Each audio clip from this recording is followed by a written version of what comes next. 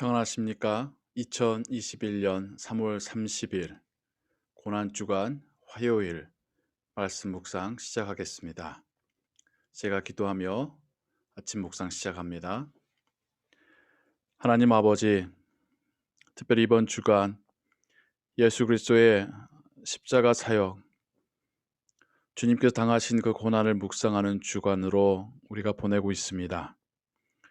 왜 주님께서 그러한 고난을 당하셔야 했는지, 그렇게까지 고난을 당하시면서 무엇을 바라보고 계셨는지, 왜 이것이 우리에게 은혜인지를 묵상하는 한 주간 되기를 소원합니다.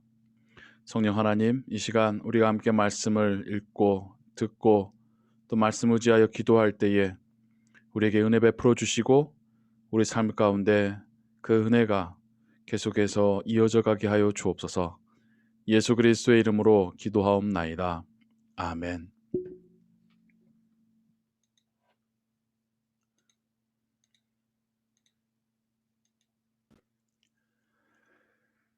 오늘 읽으실 성경은 마태복음 21장에서 23장입니다.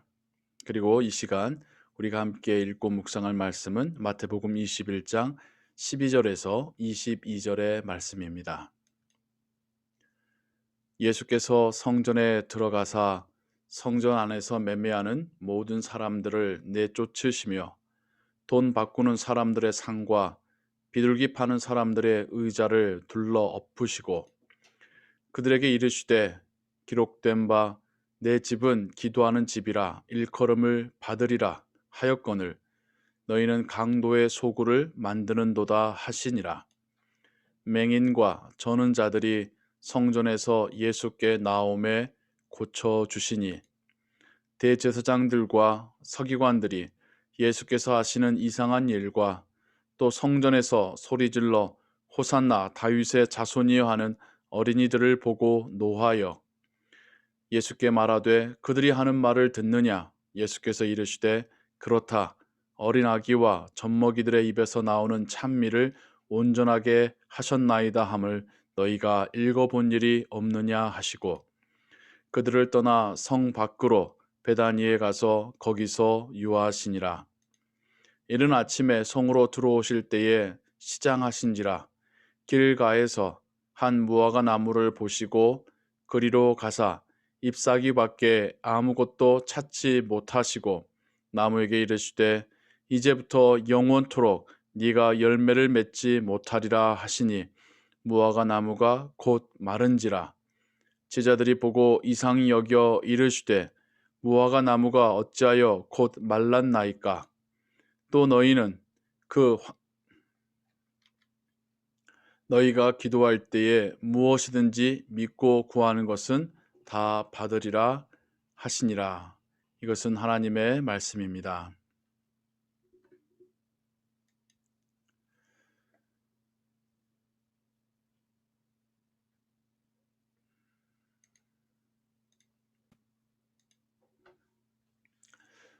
오늘 우리는 고난주간, 특별히 주님의 그 고난주간 화요일에 해당되는 말씀을 함께 읽었고 또 오늘 그 성경 읽기를 통하여서 더 자세히 읽으시게 될 것입니다. 예수님께서는 그 세 번째 공생의 기간, 세 번째 사역의 기간에 예루살렘으로 이제 올라가시게 됩니다. 그리고 이 올라가는 그 길이 이제 십자가로 가는 마지막 길인 것을 예수님은 알고 계셨고 알매도 불구하고 그 길을 담담히 또 묵묵히 걸어가셨습니다. 예수님께서 예루살렘에 입성할 때에 많은 이들이 나와 종려나무 가지를 깔고 또 환호성을 지르며 예수님을 맞이하였죠. 그들은 예수님의 특별한 능력이 이제는 자신들을 로마로부터 독립시켜줄 왕으로서의 능력으로 기대했던 것입니다. 하지만 후에 그들은 채 일주일이 되지 못하여서 예수님의 그 사역의 의미가 정치적으로 자신들을 독립시키는 것이 아니라는 것을 깨닫고 기대감은 실망은 분노로 바뀌게 되는 것을 우리가 성경을 통해서 보게 됩니다. 예수님께서 그렇게 예루살렘에 입성하시는 그 모습을 바리새인들은 보며 매우 불쾌하게 여겼습니다. 자신들의 세상이었고 자신들이 존경을 받고 자신들의 뜻에 사람들이 움직였었는데 이제 사람들이 예수님께로 몰려가고 예수님께 그 권위를 그 영광을 돌리고 있는 모습을 보면서 그들은 불쾌했던 것이죠. 그래서 그들은 예수님께 도전합니다. 특별히 예수님께서 성전에 들어가셔서 그 성전 그 마당을 채우고 있는 장사치들을 몰아내시는 것이 또 바리새인들과 제사장들, 서기관들의 그들의 양심을 또 그들의 마음을 더 불편하게 만들었던 일이었습니다. 그들은 장사치들에게 돈을 받고 그곳에서 일할 수 있도록 장사할 수 있도록 허락을 내줬던 것이죠. 하지만 그들이 내주었던 그곳은 이방인의 뜰로 유대인이 아닌 자들이 하나님께 나와 기도할 수 있는 장소였습니다. 하지만 그곳은 더 이상 이방인들이 하나님께 기도할 수 있는 장소가 못 되었고 장사치들의 그 자판과 또 동물을 파는 자들의 그 동물들과 환전상들의 그런 호객 행위가 가득한 곳이 되었습니다. 예수님은 그곳을 깨끗게 하시면서 이곳은 기도하는 집이다 라고 선언하셨죠. 기도해야 될 곳에 기도가 없었던 것을 예수님께서는 지적하고 계셨던 것입니다. 이에 바리새인들은 더욱 예수님의 이러한 모습을 탐탁지 않게 여기고 예수님을 도전합니다. 그들은 예수님께 무슨 권위로 이런 일을 하는지를 물었고 예수님은 세례 요한의 권위에 대하여 다시 역질문하시죠. 바리새인들은 대답할 수 없었습니다. 이어 예수님은 두 가지의 비유를 연이어 그곳에 있는 사람들에게 말씀하십니다. 첫 번째가 두 아들의 비유. 아버지의 명을 따르겠노라 해놓고서 지키지 않은 아들과 지키지 않을 것처럼 했지만 결국 지켰던 아들, 두 아들 중에 누가 더 나은지를 묻는 그 비유. 또 악한 포도원 일꾼들의 비유. 지난 주일에도 우리가 함께 묵상했던 말씀이지요.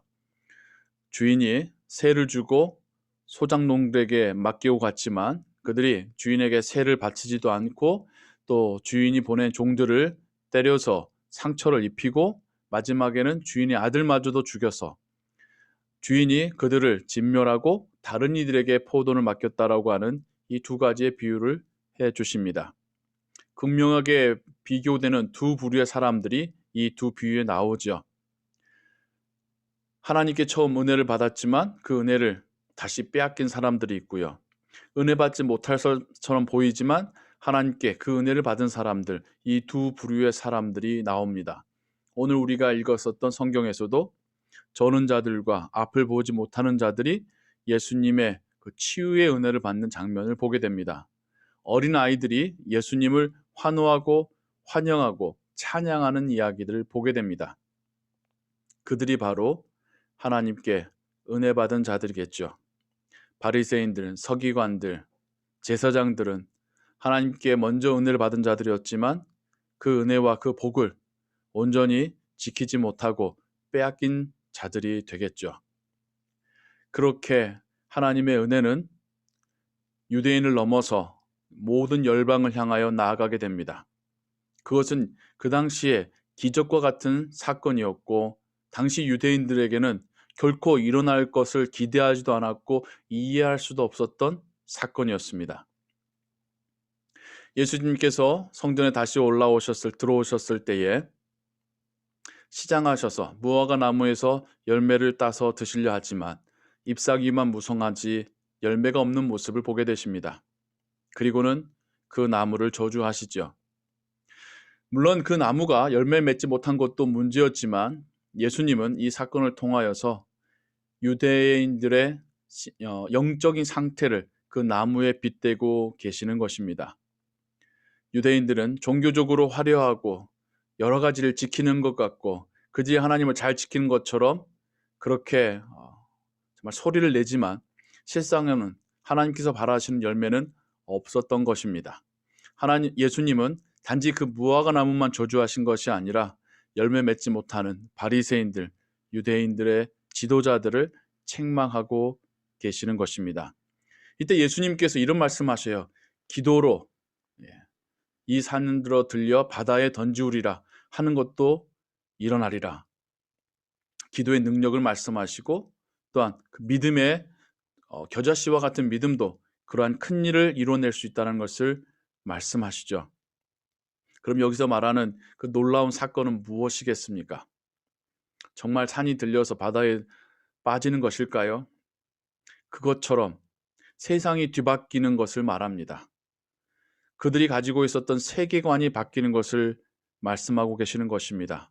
그 세계관은 오직 유대인에게만 해당될 줄 알았었던 하나님 나라가 이제는 온 열방에게 해당되게 되었다라고 하는 그들이 가지고 있었던 세계관이 바뀌는 현상을 예수님께서는 하나님의 능력으로 또 우리의 겨자씨 같은 믿음으로 산이 들려서 바다에 빠지게 될 거라고 하는 말씀으로 빗대어 해주고 계시는 것입니다. 그 은혜가, 그 기적이 우리에게 임하였습니다. 은혜 받지 못하고 하나님 나라에 속하지 못할 우리들이 하나님 나라의 새로운 백성이 되었습니다. 놀라운 역사가 우리에게 임하였고 우리가 그 복을 받은 자들이 되었습니다. 그러나 우리가 여기서 한 번 더 우리 자신을 돌아볼 필요가 있겠습니다. 유대인들이 그 받을 자격이 없고 또 하나님의 그 복을 온전히 하나님께 영광 돌리지 못하였기 때문에 그 복이 빼앗겨져서 열방으로 주어졌습니다. 우리가 이제 그 복을 받은 자로서 그 복음과 그 구원을 받은 자로서 우리도 혹 바리새인들처럼 종교 지도자들처럼 열매 맺지 못한 이파리만 무성한 무화과 나무가 되었지는 않았는지 돌아보는 이 한 주간이 되기를 소원합니다. 이방인이기 때문에 무조건 하나님의 나라의 백성이 되고 은혜를 받는 것이 아닙니다. 우리도 하나님 기뻐하시는 열매가 맺혀져야 합니다. 하나님께서는 우리에게 믿음을, 구원을 선물로 주시지만 또한 동시에 우리에게서도 열매가 맺혀지기를 기대하고 바라고 계십니다. 소작농들에게 포도원을 맡기고 세를 받으시는 주인처럼 하나님께서는 우리에게 놀라운 선물도 주셨고 또 우리의 삶에서의 아름다운 열매도 기대하고 계십니다. 이 한 주간 우리가 하나님께서 받으실 기뻐하실 열매가 무엇인지 어떻게 우리가 제자의 삶을 사는 것이 하나님을 기쁘시게 하고 그분을 영화롭게 하는 것인지 예수 그리스도의 고난과 십자가에서의 죽음을 의미 있게 하는 것인지 우리 함께 묵상하고 또 그 삶을 위해서 기도하며 순종하는 이 한 주간 되기를 소원합니다. 기도하겠습니다. 하나님 아버지, 기도가 없는 성전을 책망하시고 청소하시며 열매 없는 무화과 나무를 책망하신 주님의 말씀을 통하여서 정말 우리는 아무런 가치 없는 자격 없는 우리들이 어부지리로 하나님의 은혜를 받게 되었음을 깨닫습니다. 그리고 이제 하나님께서 우리에게서 아름다운 열매, 하나님께서 기뻐 받으신 열매 맺히시기를 기대하고 계심을 또한 말씀을 통하여 듣습니다. 이 고난주간 우리가 하나님께 올려드릴 열매가 무엇인지를 묵상하게 하시고 또 깨닫게 하시고 깨달은 바에 순종할 수 있도록 우리를 도와주옵소서. 오늘 하루 우리가 이 말씀 묵상하며 이 말씀에 순종하는 하루 되기를 소원하옵나이다. 예수 그리스도의 이름으로 기도하옵나이다. 아멘. 주기도문 고백합니다. 하늘에 계신 우리 아버지여, 이름이 거룩히 여김을 받으시오며 나라의 임하옵시며 뜻이 하늘에서 이룬 것 같이 땅에서도 이루어지이다. 오늘날 우리에게 일용할 양식을 주옵시고 우리가 우리에게 죄 지은 자를 사하여 준 것 같이 우리 죄를 사하여 주옵시고 우리를 시험에 들게 하지 마옵시고 다만 악에서 구하옵소서. 대개 나라와 권세와 영광이 아버지께 영원히 있사옵나이다. 아멘.